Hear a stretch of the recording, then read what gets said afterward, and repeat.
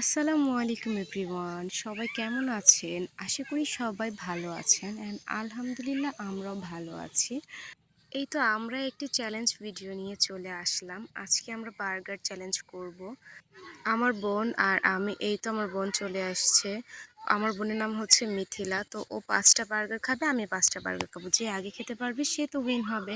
আর যে আগে খেতে পারবে না, যে হেরে যাবে, তার জন্য শাস্তি আছে। তো লেটস স্টার্ট ইট। এই তো আমরা শুরু করে দিয়েছি।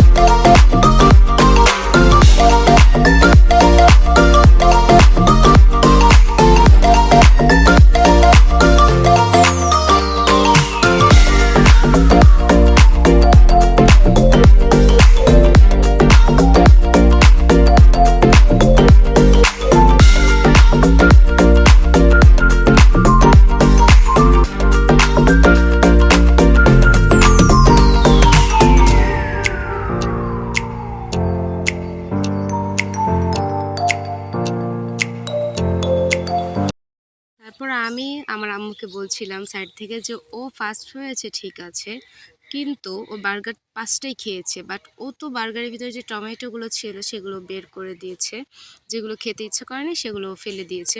তো এটা তো হবে না, এটাই আমি আম্মুকে বলছিলাম। দেন ও আবার সব কিছু শেষ করেছে।